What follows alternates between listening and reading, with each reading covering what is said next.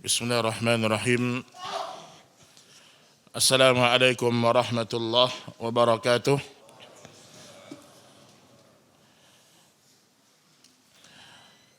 Innal hamdalillah nahmaduhu wa nasta'inuhu wa nastaghfiruh wa natubu ilaih wa na'udzu billahi min shururi anfusina wa sayyiati a'malina. Man yahdihillahu fala mudilla lahu wa man yudlil fala hadiya lahu. Ashhadu an la ilaha illallah wahdahu la syarika lah wa ashhadu anna Muhammadan abduhu wa rasuluh. Amma ba'du, kaum muslimin dan kaum muslimat rahimani wa rahimakumullah. Kita lanjutkan bahasan kitab tauhid kita. Yang sekarang kita masuk pada bab yang berikutnya. Masih berkaitan dengan bab yang sebelumnya. Namun ini lebih kepada sikap tegas, sikap keras Rasulullah sallallahu alaihi wasallam kepada orang-orang yang beribadah di sisi kuburan. Disebutkan sikap keras Rasulullah sallallahu alaihi wasallam terhadap orang yang beribadah kepada Allah di sisi kuburan orang-orang saleh, maka bagaimana jika orang saleh itu disembah? Ini dia bahasan dalam bab ini pada malam hari ini. Baik Bapak Ibu yang dirahmati Allah Subhanahu wa taala, pada pertemuan yang lalu kita sudah membahas hal-hal seputar permasalahan ghulu, yaitu berlebih-lebihan kepada orang-orang saleh. Dan kita sudah sebutkan bahwasanya ghulu bukan hanya pada masalah ibadah. Ada ghulu pada masalah akidah, ada ghulu dalam masalah ibadah-ibadah, ada ghulu dalam masalah-masalah yang lain. Dan pada bab ini kita akan membacakan beberapa dalil, yaitu bagaimana sikap Rasulullah sallallahu alaihi wasallam terhadap mereka. Ikhwatal iman, hukum asalnya dakwah yang disampaikan oleh Nabi sallallahu alaihi wasallam itu lemah lembut, itu hukum asalnya. Allah mengatakan, "Fabima rahmatin minallahi linta lahum, walau kunta faddan ghalidhan lanfaddu min hawlik, fa'fu anhum wastaghfir lahum wa syawirhum fil amr, fa idza azamta fatawakkal 'ala Allah." Wahai Muhammad, karena rahmat Allah kepadamu, maka engkau berkasih sayang kepada mereka. Walau kunta faddan ghalidhan lanfaddu min hawlik.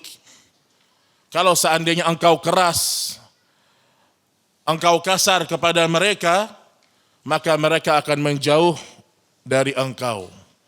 Fa'fu anhum wastaghfir lahum wasyawirhum fil amr.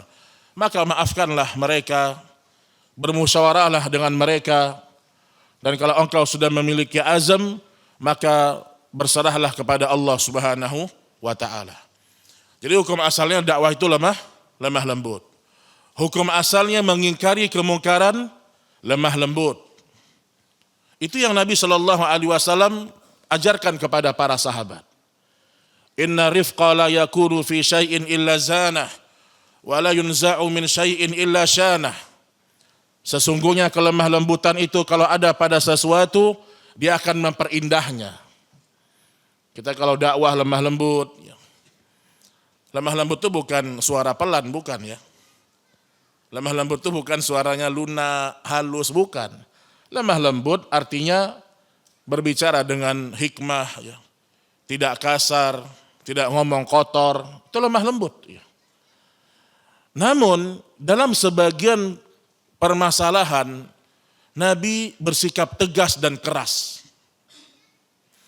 Di antaranya adalah permasalahan kesyirikan. Tidak ada kita lihat Nabi bermudah-mudahan dalam masalah kesyirikan, terlebih lagi pada perkara-perkara syirkul akbar. Kecuali di awal-awal sebagian para sahabat masuk Islam. Seperti riwayat tentang Zatu Anwat. Kita pernah sampaikan dahulu, pernah sahabat melewati pepohonan-pepohonan, kemudian orang-orang ahlul kitab, orang-orang musyrikin menggantungkan senjata-senjata di pohon itu. Maka kata para sahabat, ya Rasulullah, ij'al lana dzata anwad kama lahum dzatu anwad. Ya Rasulullah, buatkan juga kami seperti ini sebagaimana orang-orang musyrikin punya dzatu anwad. Artinya mereka meminta perkara yang di situ kesyirikan. Tetapi disebutkan mereka baru awal-awal masuk Islam. Dalam perkara ini Nabi bersikap keras. Bersikap keras, taglidz, itu keras. Allah mengatakan dalam Al-Quran, ya ayyuhalladzina amanu qatilul ladzina yalunakum minal kuffar wal yaghidhu fikum gilzah. Wahai orang-orang yang beriman, perangilah orang-orang kufar dengan keras kepada mereka. Baik, kita bacakan hadis Rasul kita yang mulia alaihi salatu wassalam yang dikeluarkan oleh Imam Al-Bukhari dan Muslim, dan yang kita bacakan dengan lafaz Bukhari, ya, lafaz Bukhari. Fi sahihi an Aisyah radhiyallahu taala anha anna Ummu Salamah dzakarat li Rasulillah sallallahu alaihi wasallam kanisatan ra'atha bi ardil Habasyah. Dari Aisyah radhiyallahu taala anha bahwa Ummu Salamah, siapa Ummu Salamah yang dimaksud? Ummu Salamah istri Nabi, ya. Ummu Salamah istri Nabi. Yang sebelumnya dia punya suami namanya siapa? Abu Salamah. Mudah aja ngingat nih kan. Ummu Salamah, Abu Salamah. Ummu Salamah ini ya, termasuk istri-istri Nabi, di antara istri Nabi yang memang memiliki ilmu yang sangat dalam, kecerdasan. Di antaranya Aisyah, Ummu Salamah, ya. Terbukti banyak riwayat beliau bertanya kepada Nabi tentang masalah-masalah fikih. Awalnya Ummu Salamah ketika dinikahi sama Nabi, Ummu Salamah tidak mau. Saya pernah sebutkan dengan 3 alasan. Tadi masih ingat enggak? Apa 3 alasan kenapa Ummu Salamah menolak lamarannya Nabi pertama kali? 1. Apa? Itu ya, tapi bukan itu yang saya maksud. Ada 3 alasan yang memang Ummu Salamah sebutkan. Ada yang ingat? Iya, apa? Yang pertama alasannya, kata Ummu Salamah, ya Rasulullah, saya sudah tua. Saya sudah tua. Apa jawaban Nabi? Apa jawaban Nabi untuk membantah itu apa? Saya lebih tua. Gak ada masalah, gak ada masalah. Yang kedua apa alasannya? Ibu-ibu ingat gak ibu-ibu? Yang kedua apa Pak? Iya, yang kedua atau yang ketiga itu, yang kedua adalah saya banyak anak ya Rasulullah. Anak saya ada 6, kata Ummu Salamah. Apa jawaban Nabi? Aku akan perhatikan, aku akan nafkahi mereka semuanya. Di sini dalil kalau nikah sama janda jangan sama jandanya doang antum. Antum urus juga anak janda itu. Walaupun memang tidak nafkah wajib bagi antum, karena dia mungkin punya bapak. Tapi di antara bentuk kebaikan, urus juga konsekuensi menikah dengan janda. Yang ketiga, Ummu Salamah mengatakan saya pecemburu ya Rasulullah.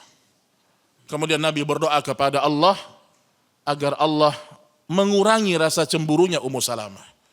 Hilang tidak bisa, kurang bisa. Maka ternyata benar di antara sekian banyak istri-istri Nabi, Ummu Salamah yang paling sedikit rasa cemburunya. Jadi kalau ada di antara antum yang mau nikah lagi, terus kata istri antum, jangan bang, saya pecemburu bang. Tenang deh, saya doa sama Allah. Doa ente nggak mustajab, nggak. Nabi mustajab doanya. Itu juga di antara jawaban itu ya. Jadi ini dari Ummu Salamah radhiyallahu taala anha ya, menceritakan kepada Rasulullah sallallahu alaihi wasallam tentang sebuah gereja kanisah ya, dengan rupaka, apa kanisah dengan suar, dengan gambar manusia yang terdapat di negeri Habasyah di Ethiopia. Kita tahu Ummu Salamah ini bersama suaminya dulu Abu Salamah pernah hijrah ke Habasyah. Ummu Salamah pernah hijrah ke Habasyah. Ketika di Habasyah dia lihat banyak kanisah-kanisah yang di situ digambar-gambar makhluk bernyawa.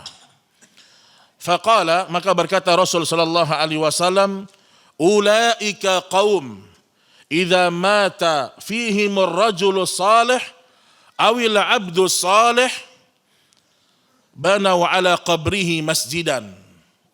Iya, mereka itu orang-orang ya kafir, orang-orang Yahudi dan Nasrani. Ketika ada orang-orang soleh di antara mereka meninggal dunia, atau ada orang hamba yang soleh meninggal dunia, mereka membangun di atas kubur tersebut masjid atau tempat ibadah. Wasawwaruhu fih, kemudian mereka membuatkan tempat ibadah dalam bentuk rupaka, gambar manusia. Dan Nabi mengatakan, ulaika syiraru khalqi indallah, mereka adalah seburuk-buruknya makhluk di sisi Allah. Kalimat syirarul khalqi indallah di sini dalil kata para ulama, berarti ini perbuatan yang diharamkan. Karena sampai keluar kalimat ulaika syirarul khalqi indallah, mereka seburuk-buruknya makhluk di sisi Allah. Fahaula jama'u bainal fitnatain, fitnatal qubur wa fitnatat tamathil. Kata sebagian para ulama di antara Syekhul Islam Ibnu Taimiyah, kenapa mereka seburuk-buruknya makhluk? Karena mereka menggabungkan dua hal sekaligus. Menggabungkan dua fitnah sekaligus. Yang pertama, mereka fitnatal kubur. Mereka telah melakukan fitnah di dalam fitnah kubur. Maksudnya adalah mereka memuja kuburan. Atau mereka membangun tempat ibadah di atas kubur. Dan yang kedua adalah fitnatut tamathil. Dan mereka membuat gambaran-gambaran manusia. Patung-patung manusia, gambar-gambar makhluk bernyawa. Baik ikhwatal iman, rahimani wa rahimakumullah. Dari hadis yang mulia ini ada beberapa pelajaran yang bisa kita ambil. Ini saya ambil sebagian dari kitabnya Ustaz Yazid rahimahullahu ta'ala. Kita ambil beberapa syarah ya. Faedah yang pertama, larangan dari beribadah kepada Allah di sisi kubur orang saleh. Karena itu merupakan wasilah yang bisa mengantarkan kepada kesyirikan. Dan hal ini merupakan perbuatan orang-orang Nasrani. Nah, perhatikan di sini ya. Di sini Nabi Shallallahu Alaihi Wasallam sebenarnya lebih spesifik berbicara tentang orang Nasrani. Nanti ada hadis yang lain yang menyebutkan, misalnya nanti hadis yang kedua, la'natullah 'alal yahud wan nasara. Allah melaknat Yahudi dan Nasrani. Ittakhadhu qubur anbiya'ihim masajid. Mereka menjadikan kubur-kubur nabi mereka sebagai masjid.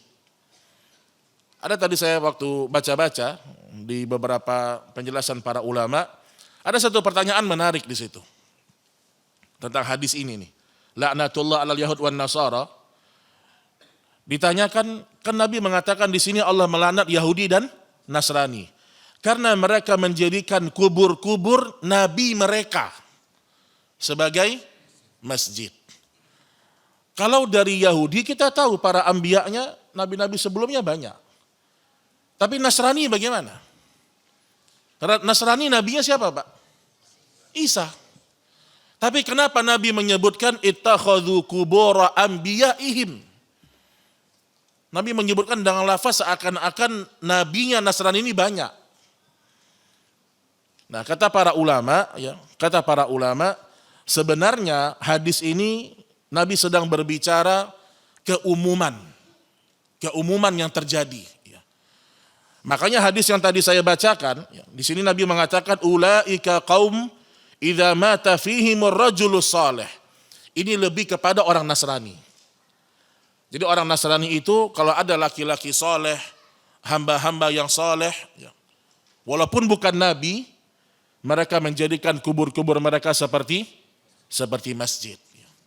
Ya, dua-duanya merupakan kesesatan Yahudi dan Nasrani. Faedah yang kedua, membicarakan perbuatan jelek orang-orang kafir agar diwaspadai oleh kaum muslimin. Berarti di sini dalil Ummu Salamah, dia ngomong sama Nabi. Dia cerita tentang peristiwa di Habasyah. Perbuatan orang-orang kafir, berarti membicarakan orang-orang kafir supaya kita mewaspadai, supaya kita berhati-hati, itu sesuatu yang sangat dianjurkan. Jadi jangan tuh bilang itu gibah, jangan. Itu bagian dari kehati-hatian mewaspadai. Kecuali kita masuk pada individu. Contoh begini. Yahudi itu dilaknat atau tidak? Dilaknat, jelas dilaknat. Tetapi Nabi SAW pernah menegur Aisyah ketika langsung melaknat Yahudi di hadapan dia. Jadi ini lebih kepada bab berkaitan dengan masalah bagaimana menjaga lisan. Nabi pernah berjalan bersama Aisyah. Tiba-tiba ada seorang Yahudi atau beberapa orang Yahudi memberikan ejekan sama Nabi. Bukan salam, kalau salam assalamualaikum. Dia mengatakan apa? Assalamualaikum. Dipresetin dikit. Nabi mengatakan waalaikum. Itu aja Nabi. Nabi santai aja, sabar Nabi. Tapi yang tidak sabar istrinya, Aisyah radhiyallahu anha. Nah biasa begitu Pak. Kalau suami sabar, biasa istri nggak sabar biasanya. Tapi kalau istri sabar, suaminya enggak sabar. Maka tolong menolonglah dalam kebaikan kita. Kata Aisyah, ya Rasulullah, engkau dengar apa mereka katakan? Dibalas sama Aisyah. Maka Aisyah membalasnya dengan beberapa kalimat. Kata Aisyah, kehancuran juga untuk kalian. Wahai orang-orang yang dilaknat Allah, wahai keturunan babi-babi, kata Aisyah. Atau keturunan para monyet. Kunu kiradatan khashiin. Saya mau tanya, benar nggak ucapan Aisyah ini? Benar. Tapi boleh nggak ngomong begitu, Pak? Nggak boleh. Tapi kan saya benar Ustadz, benar kayak gitu dia, nggak boleh, Pak. Kemudian Aisyah sedang membela siapa? Bukan membela sunnah lagi, membela orangnya, bayangkan. Secara umum memang Yahudi Nasrani dilaknat, itu keyakinan kita.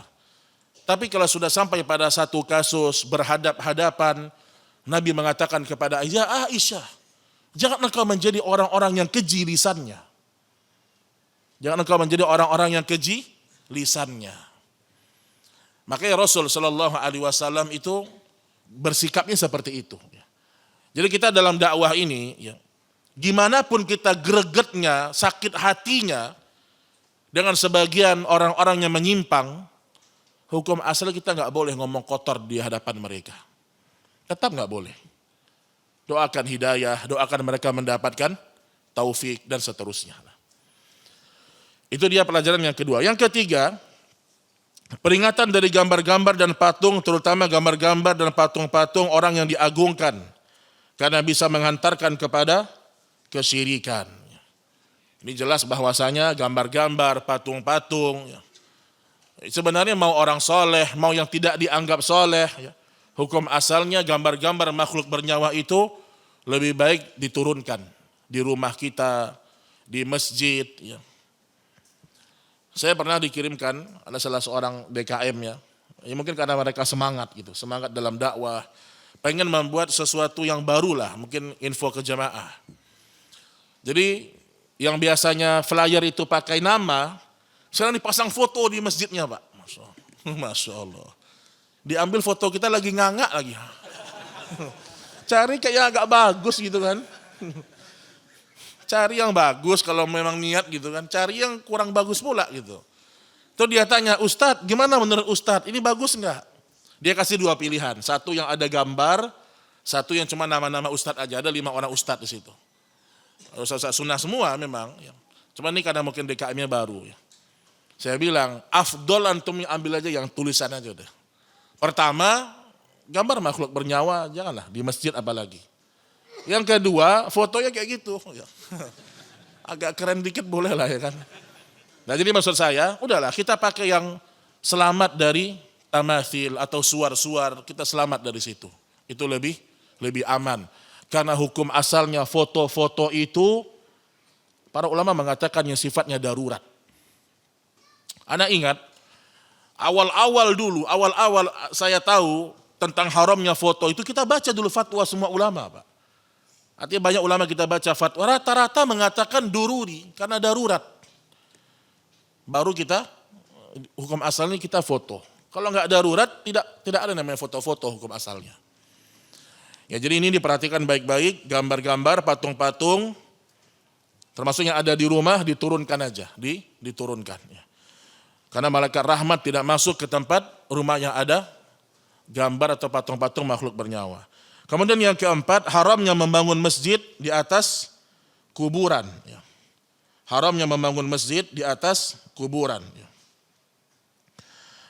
Bapak Ibu yang dirahmati Allah Subhanahu wa taala, ada beberapa poin larangan berkaitan dengan kuburan ini. Yang pertama, ya, Ali bin Abi Thalib pernah memberi tugas kepada muridnya Abul Hayyat Al-Asadi. Kata Ali bin Abi Thalib, "Ala aba'athuka ala ma ba'athani alaihi Rasulullah sallallahu alaihi wasallam." Maukah engkau aku utus melakukan satu tugas yang dulu pernah Nabi tugaskan kepadaku. Kemudian Ali mengatakan, "Alla tada'a timthalan illa tamastahu wala qabran musrifan illa sawaitahu." Hancurkanlah semua patung. Ini ucapan Nabi dulu kepada Ali. Dan Ali menugaskan lagi kepada muridnya. Lihat bagaimana para sahabat itu selalu membawa nama Rasul. Dia bilang sama muridnya, "Apakah engkau mau aku tugaskan sebagaimana yang dulu Nabi tugaskan kepadaku?" Pun dibacakan hadis tentang itu, "Wahai Ali, janganlah engkau biarkan, hancurkanlah semua patung dan ratakanlah semua kuburan yang ditinggikan tanpa kecuali illa sawaitahu." Berarti di sini dalil bahwasanya kuburan tidak boleh ditinggikan. Dan ingat ya, banyak orang mengatakan itu kubur Nabi tinggi. Ikhwan, kubur Nabi itu tidak tinggi. Yang ditinggikan itu kamar Aisyah radhiyallahu taala anha.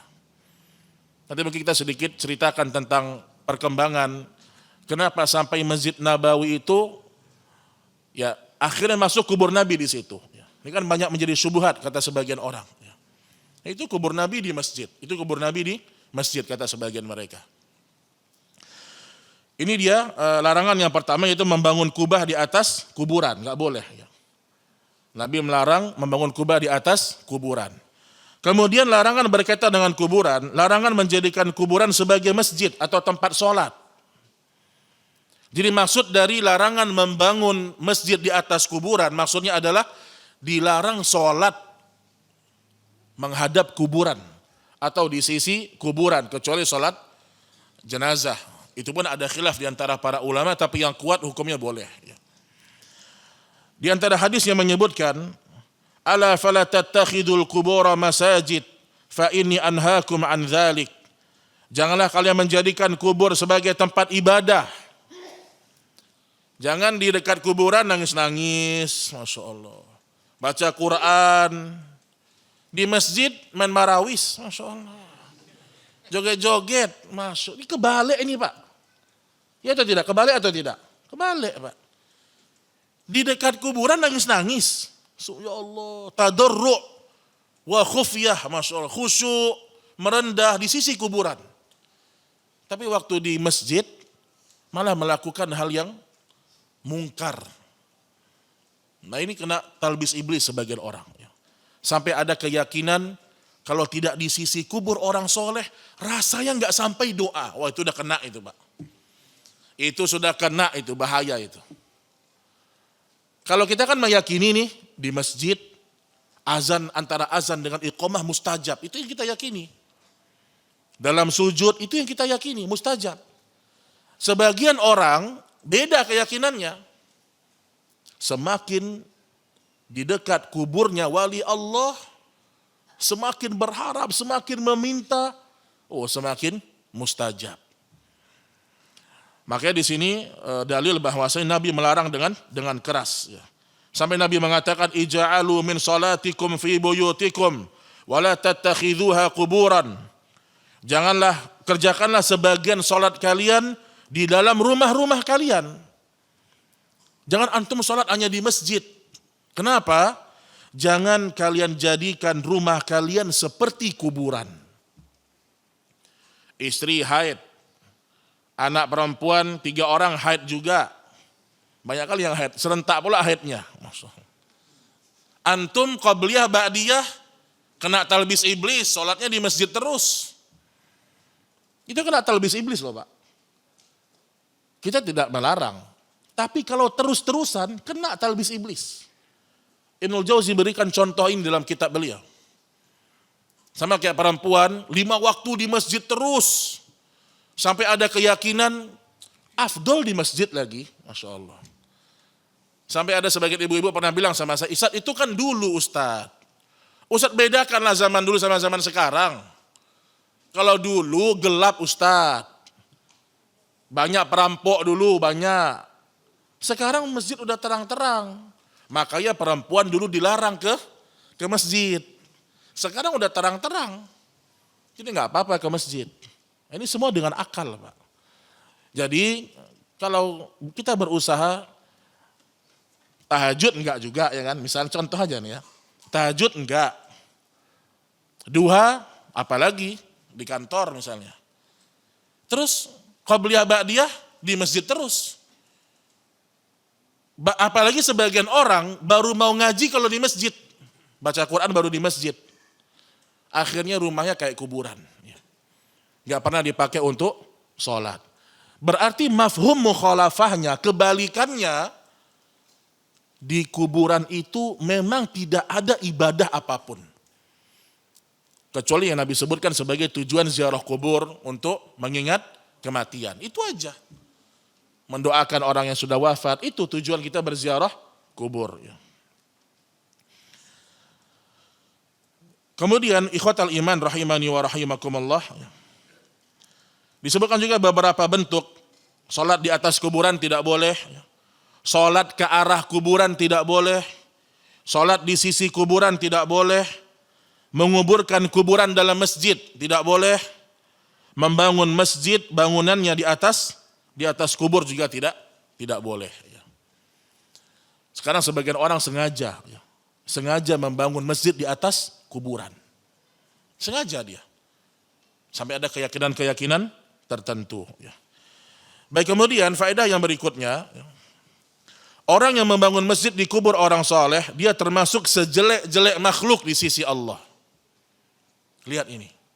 Seburuk-buruk orang yang mereka membangun masjid di kubur orang soleh. Sampai kata Ustaz Yazid rahimahullah, walaupun niatnya baik. Nah ini saya suka bukunya seperti ini ya Pak. Jadi nggak ada kayak mungkin dia ini, nggak. Walaupun niatnya baik, ya, karena perbuatan itu bisa menyampaikan kepada kekufuran dan kesyirikan. Jadi ikhwatal iman rahimani wa rahimakumullah. Para ulama mereka memiliki satu kaidah yang disebutkan bahwasanya kalau sebuah wasilah mengantarkan kepada sesuatu yang haram, maka wasilah ini jadi haram. Ingat kaidah ini? Kalau satu wasilah mengantarkan seseorang kepada perbuatan yang haram, maka wasilahnya juga haram. Makanya Allah mengharamkan zina. Dan Allah haramkan semua wasilahnya. Apa wasilah zina, Pak? Apa? La taqrabuz zina, itu kan? Wasilahnya apa aja? Apa? Ikhtilat, wasilahnya itu ikhtilat. Allah haramkan ikhtilat. Apa lagi? Tidak ghadul basar, tidak menundukkan pandangan. Kan yang kedua yang haram, Ustaz. Kalau sekali kan enggak. Ya udah sekali aja terus gini. Lama pula sekalinya. Ini bahlul, ini juga kena talbis iblis ini.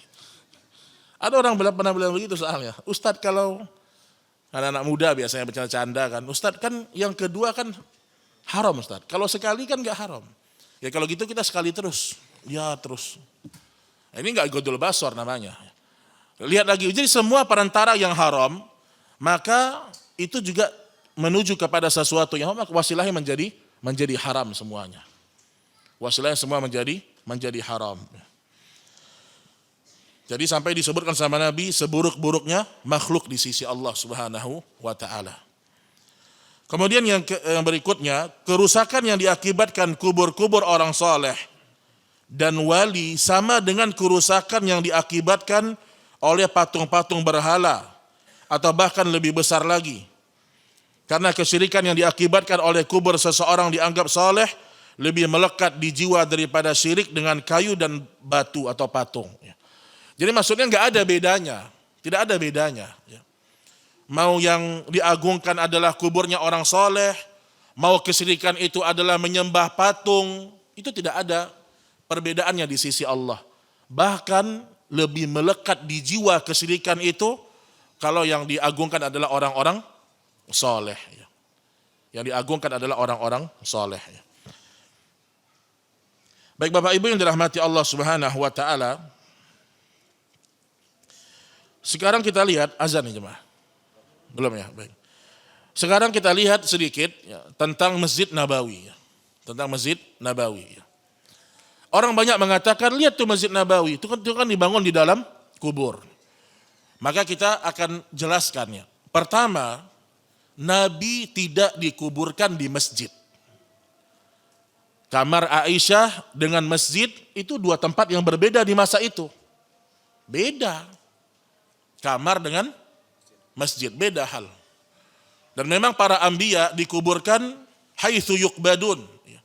Mereka dikuburkan di mana mereka wafat, meninggal. Sementara Nabi wafat di pangkuannya Aisyah. Maka dikuburkan di kamarnya Aisyah. Ini satu dulu.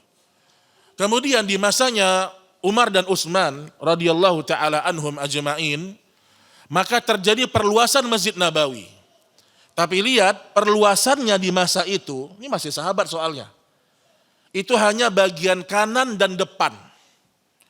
Karena bagian kiri itu ada makam Nabi Shallallahu Alaihi Wasallam dan kamarnya Aisyah. Jadi belum masuk di masa Umar dan Utsman. Masih terjaga. Kapan mulai masuk? Itu di masa Al-Walid, ya. Di masa gubernurnya Umar bin Abdul Aziz sekitar tahun 80 atau 90 Hijriyah. Sedikit lagi 90 Hijriyah. Dan pada waktu itu memang tidak ada lagi sahabat di kota Madinah. Karena sahabat yang terakhir di Madinah yang wafat itu Jabir bin Abdullah. Jadi ketika perluasan yang memang luas sehingga masuk masuk kubur Nabi ke masjid, itu di masa Umar bin Abdul Aziz. Dan saat itu nggak ada sahabat di kota Madinah, udah nggak ada sahabat di kota Madinah. Artinya nggak ada yang mengingkari. Sehingga satu-satu di antara ulama tabi'in yang keras melarang pada waktu itu siapa? Sa'id bin Musayyib atau Sa'id bin Musayyab. Sa'id bin Musayyib melarang itu. Kenapa masuk ke makam Nabi Shallallahu Alaihi Wasallam? Nah, jadi sebenarnya kita nggak bisa mengatakan berarti kubur Nabi dalam masjid, enggak. Anggaplah seandainya, memang sekarang dalam masjid, anggap seandainya demikian. Tapi Nabi sendiri ketika dia hidup sudah melarang, ya atau tidak? Sudah melarang. Mungkin ada kemaslahatan. Dan banyak yang mengatakan, ya, kalaupun mau dihapus, sulit juga. Artinya mau dibongkar kubur Nabi, enggak boleh. Jadi sulit untuk solusi memindahkan kuburnya Nabi Shallallahu Alaihi Wasallam. Atau yang dipindahkan Masjid Nabawinya juga nggak bisa. Bisa nggak Masjid Nabawi pindah ke Cipinang ini bisa? Mana bisa? Karena sudah ada keutamaan. Makanya di antara bantahan-bantahan dari para ulama. Baik, kita azan dulu, nanti setelah azan kita lanjut sedikit. Setelah itu kita selesai ya. Wallahu a'lam bishawab. Alhamdulillah wassalatu wassalamu ala Rasulillah wa ba'd. Ana izin minta waktunya sekitar 10 menit ya. Atau 15 menit lah sedikit ya. Baik Bapak Ibu yang dirahmati Allah Subhanahu wa taala, ya. Kembali kepada tadi tentang permasalahan kuburan Nabi Shallallahu Alaihi Wasallam. Jadi perluasan. Jadi setelah Nabi Shallallahu Alaihi Wasallam wafat, jadi 80 tahun setelah meninggalnya Nabi Shallallahu Alaihi Wasallam, barulah kubur Nabi masuk ke dalam masjid karena perluasan masjid di masa Umar bin Abdul Aziz. Ya. Itu sekitar tahun 78 Hijriyah. Ya. Nah, di sini kata para ulama, ya, kalau memang seandainya ada keutamaan kuburnya orang soleh diletakkan di masjid atau sebaliknya, maka pasti Nabi sudah menguburkan putri-putrinya yang wafat di area masjid, ya atau tidak? Kan mereka ini semangat, nggak apa-apa kubur orang soleh di masjid, nggak apa-apa. Kita bukan sembah mereka, kita hanya bertawasul kata mereka.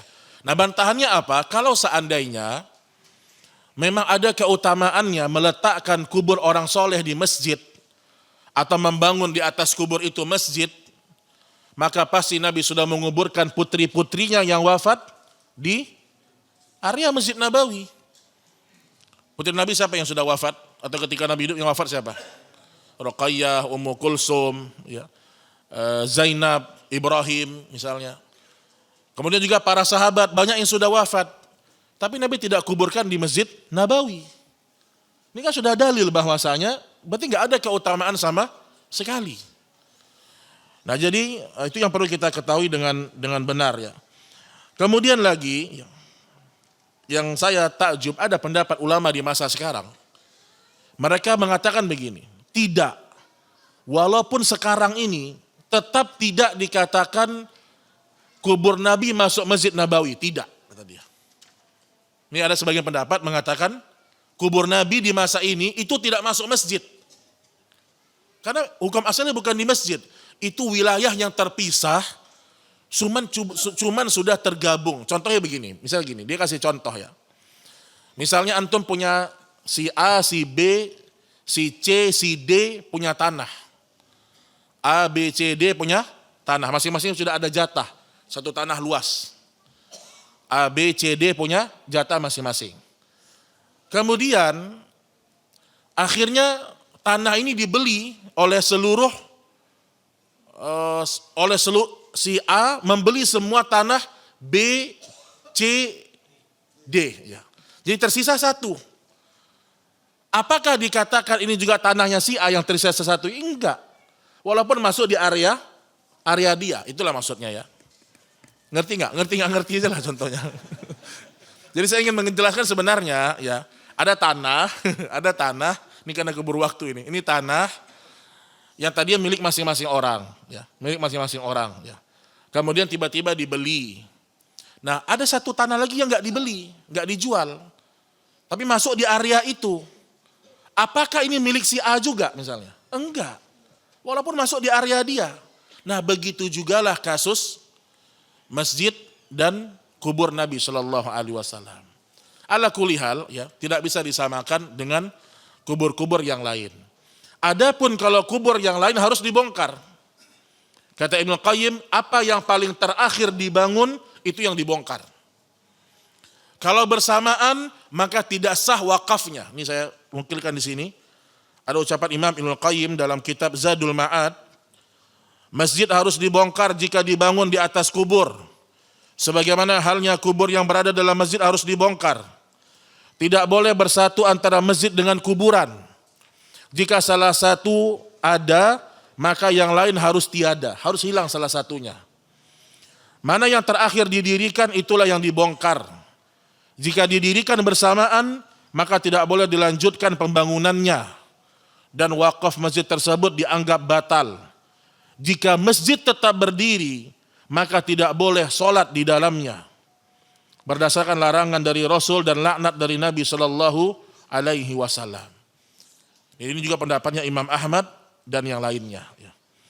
Jadi seorang jangan bergampang-gampangan dalam masalah ini, karena memang ini ada ancaman dari Nabi Sallallahu Alaihi Wasallam.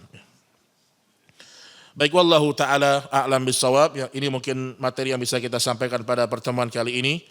Nanti kita lanjutkan pada pertemuan yang berikutnya. Ini saya jawab pertanyaan yang masuk.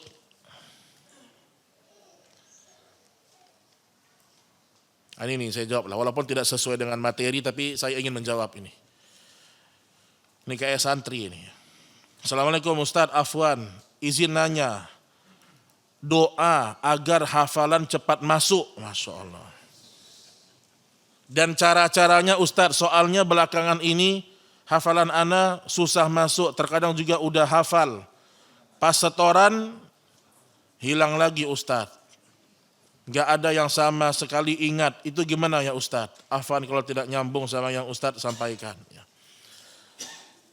Pertama ya, kalau nasihat-nasihat batinnya tinggalkan maksiat. Itu kan udah tahu ya. Itu nasihat-nasihat batin, nasihat-nasihat hati, tinggalkan maksiat. Karena ilmu adalah cahaya.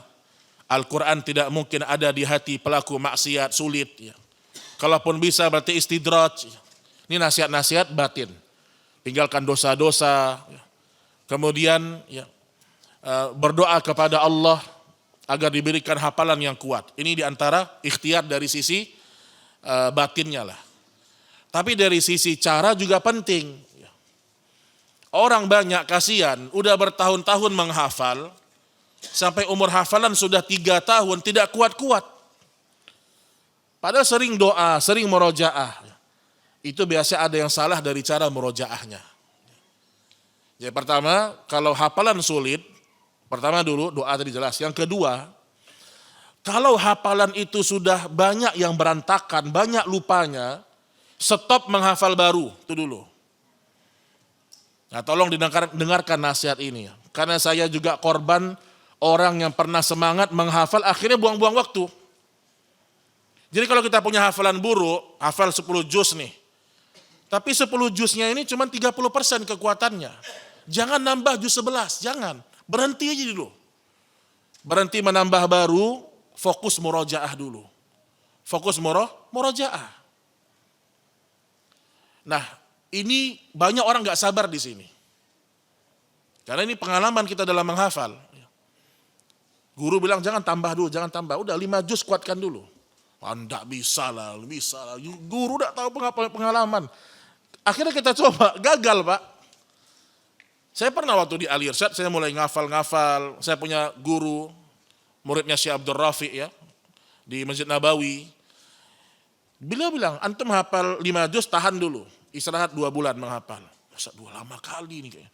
2 bulan ini bisa nambah sekitar berapa juz lagi nih gitu. Tapi benar, nasihat guru itu pengalaman mereka. Ditancap nambah nafal sampai juz 10. Ternyata yang 9 juz terakhir, wallahu a'lam semua sudah. Hilang semuanya. Jadi jangan nambah hafalan baru kalau hafalan sebelumnya masih goyang. Nah standarnya kuat itu gimana? Standar kuat bisa dibaca dalam sholat. Jadi kalau baca 1 halaman itu, kalau masih ada ragunya 3 kali aja, tapi bisa diperbaiki sendiri, itu insya Allah sudah kuat. Tapi diperbaiki sendiri, tidak blank. Tapi kalau diam misalnya, diam terus diperbaiki sama orang, ini harus dikuatin lagi. Itu dia berhenti menghafal. Kemudian murojaahnya dipisah-pisah. Hafal 5 juz, juz 1 kuat, juz 2 kurang kuat, juz 3 hancur, juz 4 kayak ngafal baru. Ini murojaahnya nggak bisa digabung. Hari ini 1, 2, 3, besok 4, 5, besok 1, 2, besok 3, 4, nggak bisa. Ini membuang-buang waktu. Pahala tetap dapat, tapi tidak dapat target, mungkinnya nggak dapat. Terus gimana caranya? Buat tabel, terus pisahkan. Mana hafalan yang sudah kuat? Contoh 5 juz. Yang kuat juz 1, juz 2. Letakkan 1, 2 kuat. Bikin target murojaahnya sehari berapa? Nah, bikin target khususnya. Nah kemudian, sebentar sedikit lagi. Kemudian juz 2, juz 3, 4, 5-nya kan ragu tuh. Nah pisahkan mana yang kurang kuatnya. Itu ambil setiap hari sehalaman aja. Kalau benar-benar lemah dia, ambil sehalaman setiap hari. Jadi beda murojaah yang sudah kuat dengan murojaah yang butuh penguatan berulang-ulang. Nanti kalau yang tadinya lemah, tiba-tiba kemudian sudah kuat, pindah tabelnya ke juz yang sudah kuat. Begitu seterusnya. Sampai selesai 30 juz. Ya. Nanti kalau tidak seperti itu, jarang yang berhasil menghafal. Dapat ijazah mungkin, sertifikat mungkin. Ya. Tapi hafalannya tidak kuat. Ya. Tidak kuat. Kemudian sabar. Ya. Biasa sudah ketika menghafal itu, jadi kalau sedang menghafal nih, kadang-kadang ada ayat-ayat yang sulit memang Pak, sulit. Apalagi tentang masalah wanita, min hunna itu sulit itu. Sebagaimana wanita juga sulit memang. Ayatnya juga sulit kadang-kadang. Betul Pak, sulit ayat perempuan itu, ayat talak itu sulit. Tapi kalau kita sabar, ulang-ulang, itu insya Allah akan mudah. Karena Quran itu mudah, walaqad yassarnal Qur'ana lidzikr. Kalau belum masuk juga Ustadz, baca aja. Baca sampai 60 kali. Baca satu ayat 60 kali, baca. Nggak masuk juga, nggak usah lah inti ngafal lagi. Berarti nggak mampu. Berarti takalluf berarti. Membebani diri, udah. Tadabbur aja lah kalau gitu. Ya. Karena menghafal Quran tidak wajib. Tapi kalau sampai 60 kali juga nggak kuat, ini rasanya jarang ya. Jadi memang harus butuh kesabaran dalam menghafal. Ya. Wallahu ta'ala a'lam bissawab. Ini yang bisa kita sampaikan pada pertemuan kali ini. Wassallallahu ala nabiyina Muhammad. Subhanakallahumma wa bihamdik. Asyhadu an la ilaha illa anta astaghfiruka wa atubu ilaik. Assalamualaikum warahmatullahi wabarakatuh.